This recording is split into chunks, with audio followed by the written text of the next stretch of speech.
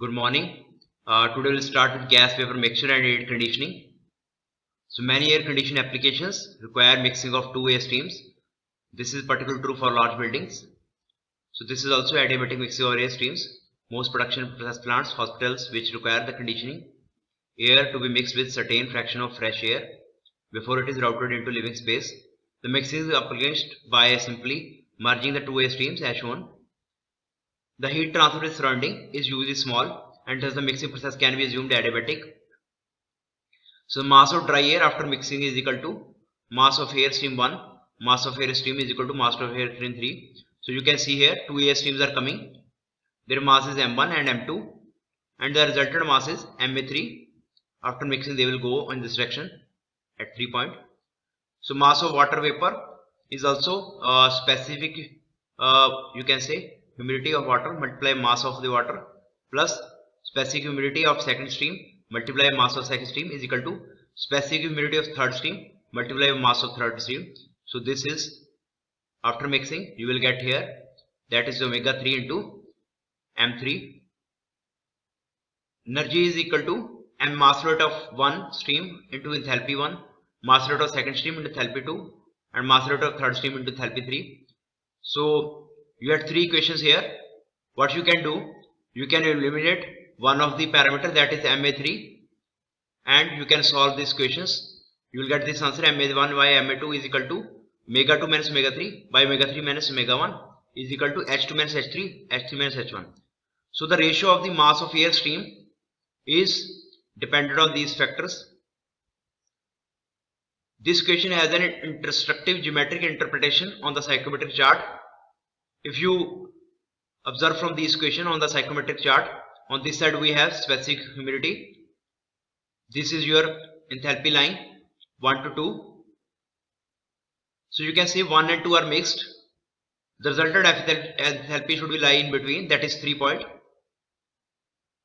And you can see also see here from, that is your omega 2 minus omega 3. So this part is difference is your, this is omega 3 whole, this is omega 3 and this is the difference of omega 2 minus omega 3 and this is difference of omega 3 minus omega 1. This is omega 1, this is omega 3 and the difference is omega 3 minus omega 1. So you can interpret from in here. So if you on psychrometric chart you can measure these values. And also for enthalpy you have to draw parallel lines. So this is your enthalpy line here. So the division of this enthalpy line means from h3 minus h1 and h2 minus h3 gives you the ratio of mass rate of air stream 1 and 2. So this states, it shows that ratio of omega 2 minus omega 3 to omega 3 minus omega 1 is equal to the ratio of mass of air stream 1 to mass of air stream 2. The state that satisfy this condition are indicated by dashed line AB. The ratio of H2 minus H3 to H3 minus H1 is also equal to the ratio of mass of air stream, and the states that satisfy this condition are indicated by dashed line CD.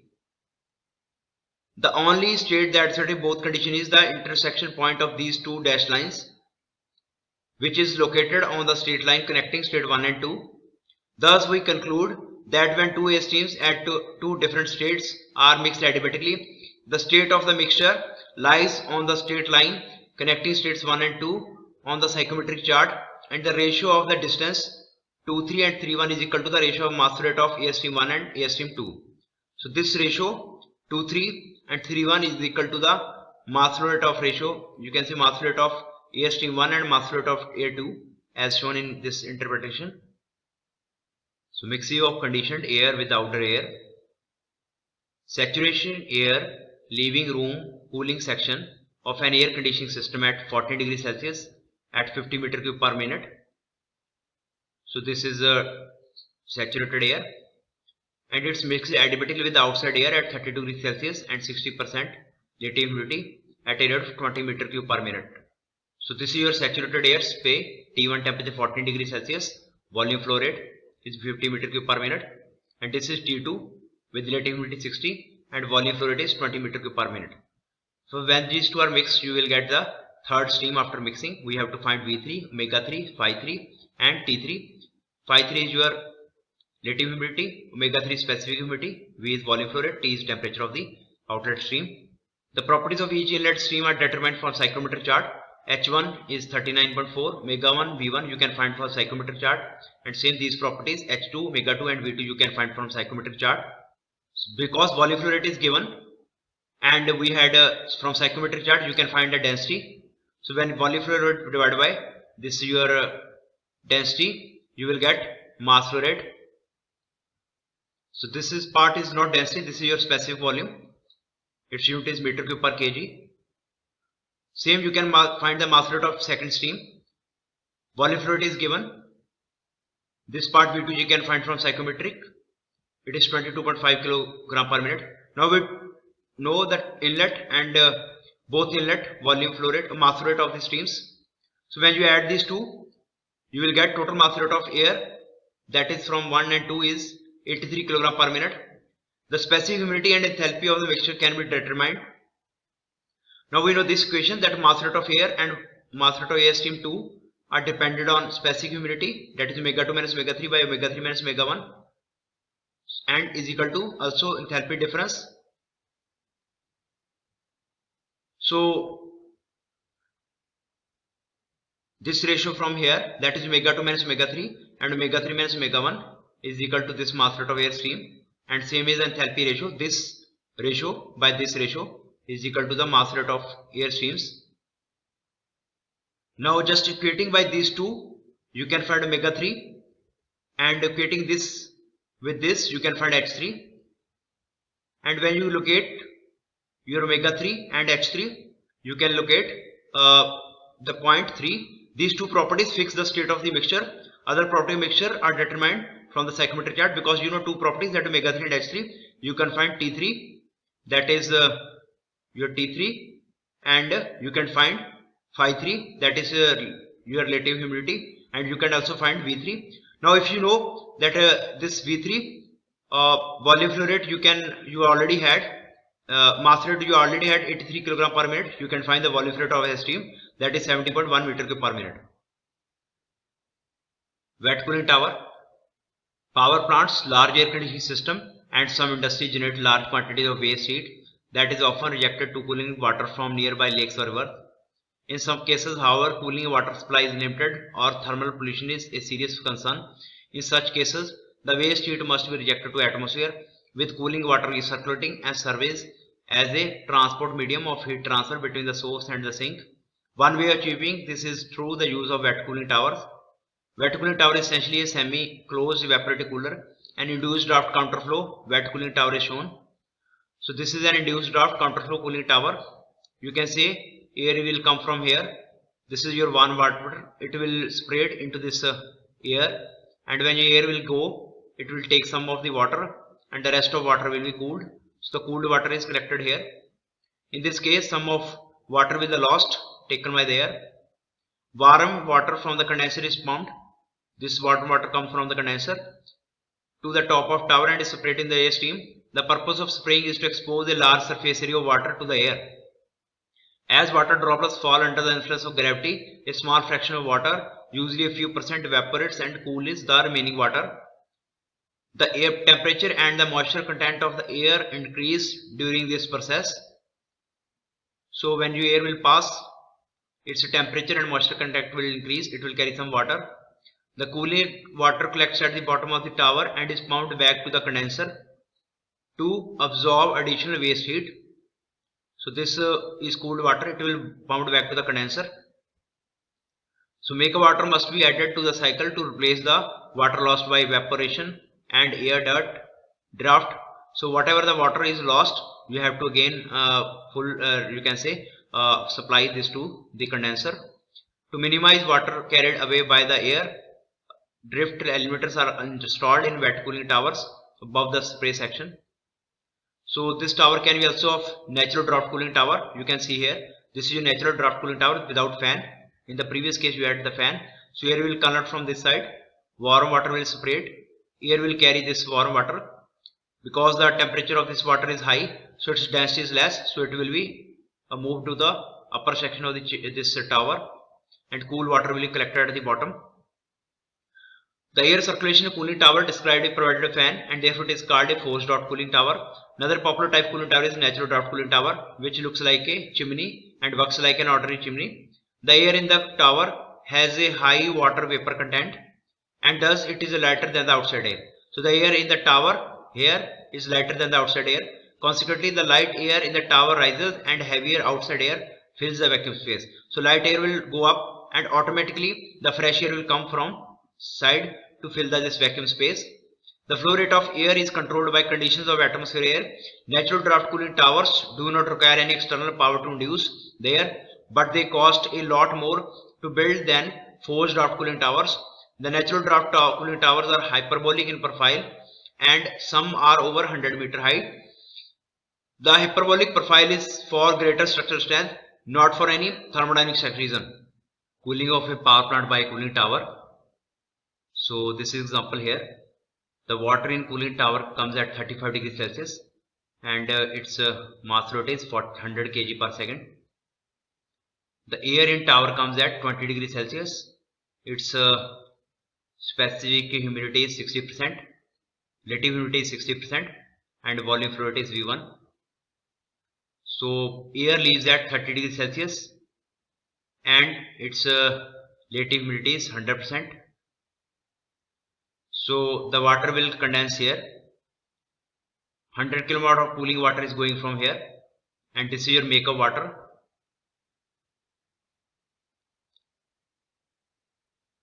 Now we have to find, neglecting the power input of the fan, determine the volume flow rate of air into the cooling tower and the mass flow rate of required makeup water. We have to find what is volume flow rate of air into the cooling tower and what is the mass flow rate of this makeup water. So the enthalpy of saturated liquid water is 92.28 at 22 degrees Celsius. So this which is going here at 4, its enthalpy is given at 22 and 146 at 35 degrees Celsius. So enthalpy of water at here which is going inlet is 146 at 35 degrees Celsius. H1 is 42, omega 1 is 0.087, V1 is 0.842, H2 is 100 kilojoule per kilogram, omega 2 is 0.0273 kilogram. At one condition, temperature and your relative humidity is given. You can find these three parameters from the psychrometric chart. At 2 point, temperature and relative humidity is given. You can find enthalpy and that is, this is specific humidity. So we first apply the dry air mass balance, means what as air is coming, Ma1, what is air is passing, that is Ma2 is equal to, say, because air is same, whatever air is coming here, the same dry mass of air is going here. So this is your mass of air at inlet, mass of air at outlet and is equal to mass of air, suppose. Now water balance, water mass balance is equal to M3. So water is coming M3, then water is coming here, here it is, suppose Ma1 into omega 1. So Ma1 is the mass of air is coming and omega 1 is your specific humidity of water which is having here value. Then M4 is your mass of cool water which is going from here, so it is water, and Ma omega 2 is your air which is going from here, whatever water is going along with the air, that is your Ma omega 2. Means we had applied the water balance, means water is coming from here and here from two sides, that is M3, and from one side, that is Ma omega 1, and water is leaving from two sides, that is here 4 side, that is M4, and here at 2 side, that is Ma2 and omega 2. So you can see here the mass is coming M3, mass is going as M4, and the difference of this mass coming and going out will give you how much mass is lost, because whatever water is coming and whatever water is going here, the difference of that mass is equal to whatever mass of water is coming here and whatever mass of water is leaving here. So here it is leaving Ma omega 2 minus Ma omega 1. So here air will carry some mass of water along with it, so that is equal to makeup water. The difference of 3 minus 4 is equal to mass taken by air, means whatever the difference of 3 and 4, whatever the water is lost, that is taken by this air. So that is called the same water we have to make up, whatever the water we have to supply here extra, this is equal to these two parameters, whatever the water is lost here, the same water we have to supply, or we can say whatever the water is taken by air from here to here. So air has some water quantity here, air is having more water quantity here because it will take some more water, and the difference of this quantity of water and this quantity of water is your makeup water. Apply energy balance, that is energy in into this chamber is equal to energy out. So in is your here Ma1 H1. So this is the mass flow rate of air at 1 and enthalpy at 1, and M3 H3, this is your mass rate of air at 3 point and enthalpy at 3 is equal to mass rate of air at 2 and enthalpy 2 plus, which is going out this side, this is going out, plus M4 and H4. And when you solve this, you will get M3 H3 is equal to Ma H2 minus H1 plus M3 minus makeup H4. You can write in terms of here Ma omega 2 minus omega 1, from here you can write here in terms of makeup. Instead of M4 you can take M4 here and makeup here, and you can replace M4 with M3 minus M makeup. When you solve this question, you will get this result here, that is mass rate of air. Rest parameters are given, M3 is given, H3 H4 we had, H3 we had, H4 we had, H2 H1, omega 2 omega 1 we had. So this is your H4 value, this is your H3 value. So when you solve it, you will get mass rate of air, which is 96.9 kg per second. That is how much air is flowing coming from one side and how much air is leaving, that is mass rate of air. The volume flow rate air can be determined from, that is mass rate of air into specific volume, which is 81.6 meter cube per second. Now what is makeup water? That is mass rate of air into omega 2 minus omega 1 we had calculated here, that is makeup water is equal to 1.80 kg per second. So this means this much amount of water you have to supply, which is lost or taken by the air coming from 1 and leaving at 2. So this much amount of air is water is taken by air at 2, that is 1.8 kg. The same you have to supply from here. So this is up to here about the cooling of a power plant by cooling tower. Subscribe this channel, like this video, and thank you for watching this video.